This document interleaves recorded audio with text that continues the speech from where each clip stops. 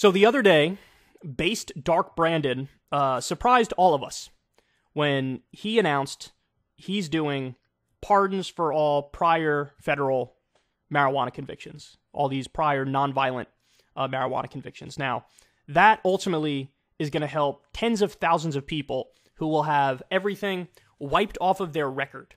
Because a lot of these people who had gone to federal prison for, marijuana-related reasons, they find it nearly impossible to get a job now because they have a criminal record.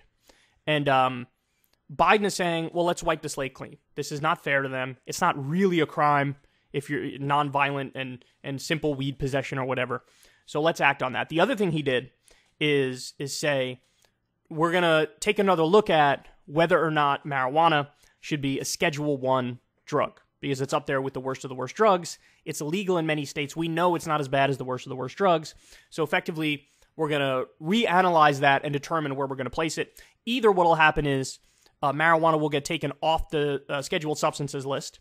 That might happen. Or they'll make it a Schedule 2 or 3, which would make it less of a crime if you have it, or will bring it under the review of the FDA so the FDA can regulate it. He's addressing the wild contradictions we have across this country when it comes to marijuana, where in one state you can get arrested for possession, in a state right next door, you can go buy weed legally at the corner store. So, look, you gotta say, man, I'm incredibly surprised because Joe Biden in the 1990s was a drug warrior. He was a drug warrior.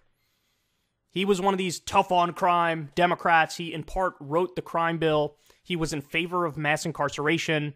I think he said you should increase penalties for people who sell drugs. He's been consistent on this his whole career. But now the political winds have shifted. In one poll, 70% of the country wants to legalize marijuana. And so Joe is going, all right, where's the political wind going? It's going that way. Okay, fine, I'm with it. And look, I don't care how he got there. The fact that he got there is all that matters to me. So the student loan debt reduction, huge W. And it was more aggressive than I thought he would do. He ended up doing up to $20,000 reduction for Pell Grant recipients, $10,000 for people who make $125,000 a year or less. That's a W all around. This marijuana move is a W all around. Massive credit. Based Dark Brandon people are flipping their opinions on him. And rightfully so, because you have to go where the evidence goes. You can't stick to a narrative like it's a fundamentalist religion and deny all evidence to the contrary. And what we're seeing now is, this is not the Joe Biden who was down at 33% approval rating when he was doing Dickie McGee's acts for anybody. This is not that guy. Now we're talking about a guy who just did a 15% corporate minimum tax rate. Now we're talking about a guy who slipped into the IRA a provision which will allow the EPA to regulate carbon emissions again when the Supreme Court had slapped down the ability for the EPA to regulate carbon emissions. We're talking about a guy who's reducing student loan debt. We're talking about a guy who is finally taking action on marijuana, going above and beyond what Obama did, because Obama pardoned, I think it was about 350 nonviolent marijuana prisoners. So what Biden's doing is he's saying, broad pardon for all simple marijuana possession at the federal level. I'm telling the states you guys need to pardon at the state level all the marijuana criminals. Biden doesn't have the authority to do that, or else clearly he would do that now. But he's saying individual states, you better pardon your marijuana criminals. And again, changing the scheduling, looking at that and readjusting the scheduling. It's all fantastic. Well, so the right doesn't really have an angle to go after him on this, but they're going to try. Now, notice something here. This is the right-wing media figures. You're going to see them try. A lot of them are keeping their mouth shut. Steven Crowder hasn't said a goddamn word. Ben Shapiro hasn't said a goddamn word. You want to know why? Because they know where their audience is on this. They know that they ended up getting some fans who were, originally like Joe Rogan listeners, and then they listened to Shapiro or Crowder or like them, and then started listening to their shows. But they're not going to go to the no-go zone, where they know, okay, the ship has sailed on this one. I can't touch it. So they're just being quiet, which, by the way, is incredibly weaselly as well, because it's like, well, what do you actually believe? What is your actual position on it? And if you don't like what he did, okay, make the argument. Be principled. Go out there and make the argument. And if you do like it, say that. But they're saying nothing because they're dodging it. But some of them, the more dumb conservative hosts, are trying to make some sort of arguments against it. So here's Laura Ingraham. Let's jump in. Well, it starts with marijuana, but where does it go from there? Oregon was the first state to decriminalize it. Then they legalized it for recreational use. And then a few years later, they decriminalized hard drugs, cocaine, heroin, LSD, and even meth. How things look. Well, okay, well, what happened after they did that? Well, we know because Portugal decriminalized all drugs in the year 2000. And they have the best outcomes of any country on these issues. Lower overdose rate, lower amount of drugs that, or excuse me, not drugs, of disease that can spread through sharing needles and things of that nature. So they stopped treating drugs like a criminal issue, started treating it like a healthcare issue, and they have the best outcomes. I think fewer people are using, fewer people are overdosing, and there's fewer viruses and illnesses and disease being passed around. So they did it. It was a wild success. So when she goes, first marijuana, then what? What are we going to do next, bro? Are we going to, like, decriminalize hard drugs? Well, I fucking hope so, Laura. I hope so. Now, by the way, Laura Ingraham and, you know, her fellow right-wing pundits are the first ones to cloak themselves in the value of freedom. And they talk about freedom is what I care about the most, freedom, liberty. But you want to lock people up for putting a substance in their own body when they're not even hurting anybody else? You want to lock them up for that. Don't tell me you believe in freedom. You don't believe in freedom. You don't believe in it at all. You believe in order. Order as you define it from your particularly Christian and authoritarian viewpoint. So, geez, I hope there's more coming after this. That would be wonderful. All right, I got more for you, though. So that's Laura Ingraham's argument. Now we have somebody on CNN. I think this will be very impactful for Joe Biden and Democrats in terms of winning over a large portion of the voter electorate that thinks this is an important issue. There are a lot of Democrats, and 3/4 of Americans think that we should legalize marijuana. So that is something, certainly a factor in him making this decision. I see this as a ploy to, in midterms, to gain support and gain voters. A ploy to gain support and gain vote. It's a ploy. Why is it a ploy? Why a word with a negative connotation when we have a politician who finally does something that the American people want them to do? You know what I call that? Democracy. This is the way democracy is supposed to work. We have we vote in these representatives to represent us, and then if they turn around and say, I'm now going to represent you and do the thing that you want me to do, that's the way the system is supposed to work. That's how it works when it's functioning at its best. When it's functioning at its worst, we get the oligarchy type situation where, you know, you have politicians represent lobbyists, special interests, donors, corporations, billionaires, and they don't listen to the people. Here's an instance where Biden is listening to the American people, and she calls it a ploy. You know, we've heard this one before. Oh, you're buying votes. No, buying votes is when, like, you know, a bank donates to a politician and the politician deregulates the bank. That's buying a vote. That is the bank buying a politician's vote in one direction or another. That's what that is. This isn't buying votes. This isn't a ploy. This is democracy. This is how it should function. And look at the elitism, the smug elitism. Like there's something wrong with this. There's nothing wrong with this. This is great. I happen to think that marijuana is a gateway drug. I'm not a... Okay, but you're wrong. It's not.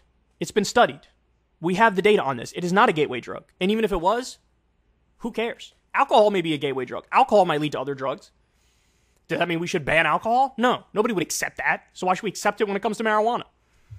Big advocate for legalizing marijuana, maybe for medicinal purposes, but not as a whole. Why are you looking at me? No, I'm saying as a whole. But here's the thing. Part of his announcement was to also advocate to governors do the same at the state level. Do the same at the state level. That's not happening. I reached out to Governor Asa Hutchinson's office in Arkansas. They don't like this. He sees the... I don't care. I don't care if they like it or don't like it. They're wrong. Biden is leading the way now with a pro-freedom agenda.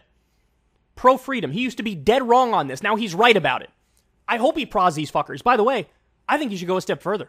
I think Biden should come out and say, if you don't pardon the nonviolent weed offenders at the state level, we're going to withhold certain funds from you that you guys need. How you like them apples?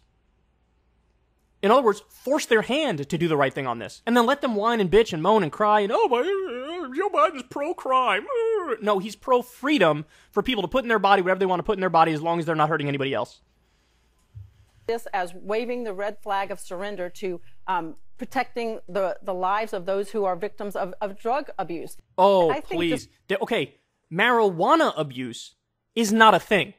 Yeah, maybe some individuals might smoke a little too much weed and they eat too many Cheetos and cookie dough ice cream and they fall asleep on the couch. Ooh, nobody's abusing weed and then beating somebody in their family. Nobody's abusing weed and then murdering somebody. That's not how it works. Now, by the way, alcohol tends in some instances to make people more violent when they have too much of it. That's not what happens with weed. So, oh yeah, you're defending drug abuse. The commentary in mainstream media is stuck in a previous generation, a reefer madness era. Well, guess what, guys? I got a nice little cherry on top. Excuse me. Nice little cherry on top to end this story for you. So look at this. Look at this. The conservatives on Reddit are loving the news about Biden's marijuana pardons. Now, when I first read that, I thought, oh, he's being sarcastic. Let me see what they actually say. Okay, let's see. Let's see what they say. Biden pardoning all prior federal offenses of simple marijuana possession. I mean, this is on our conservative, okay? Conservative subreddit. I mean, he's not wrong. He's not wrong. This is the right thing to do. Finally, another step of the government interfering less with our lives. Good job, Joe. Yeah, I have to agree. It's time to end this stupidity. The amount of money and resources that have been spent on this is ridiculous. I don't use drugs or alcohol, but I say legalize, regulate, and locally tax. I guess a broken clock can be right at least twice a day. This is something I can actually get behind. Good work. I don't want my tax dollars keeping innocent people locked up. Yeah, but let's make it federally legal too. No disagreements here. I never understood why Trump never had a policy for the legalization of marijuana. Why should we be paying for some to stay in prison over some weed, potentially ruining their lives? It's a great source of tax revenue, less federal government oversight. Also, I think a lot of people who don't vote or are more in the center who vote for Trump just because of it, at least let the states decide. I see no downside. I am a stoner to be transparent. This is such a slam dunk issue, I can't wrap my head around why neither political party has taken advantage of it. Big Pharma and for-profit prisons. Joe Biden is converting conservatives over this issue, this slam dunk issue. Now, this is a guy, mind you, his approval rating in a YouGov poll just went up to 49%. Highest approval rating I've ever seen since back when it was like 52% or 54% when he cut people $1,400 checks. Dark Brandon is surging. And he's surging right before the midterms. Now, understand something. The Democrats still may be screwed because of inflation and unemployment. Now, by the way, the jobs report was actually better than I thought. We gained 200-something thousand jobs. And, unemployment, I think, is, 3.5%, something like that. It stayed kind of steady. I'm surprised by that. I thought with the interest rate hikes that you would see unemployment tick up and we'd lose jobs. Didn't happen.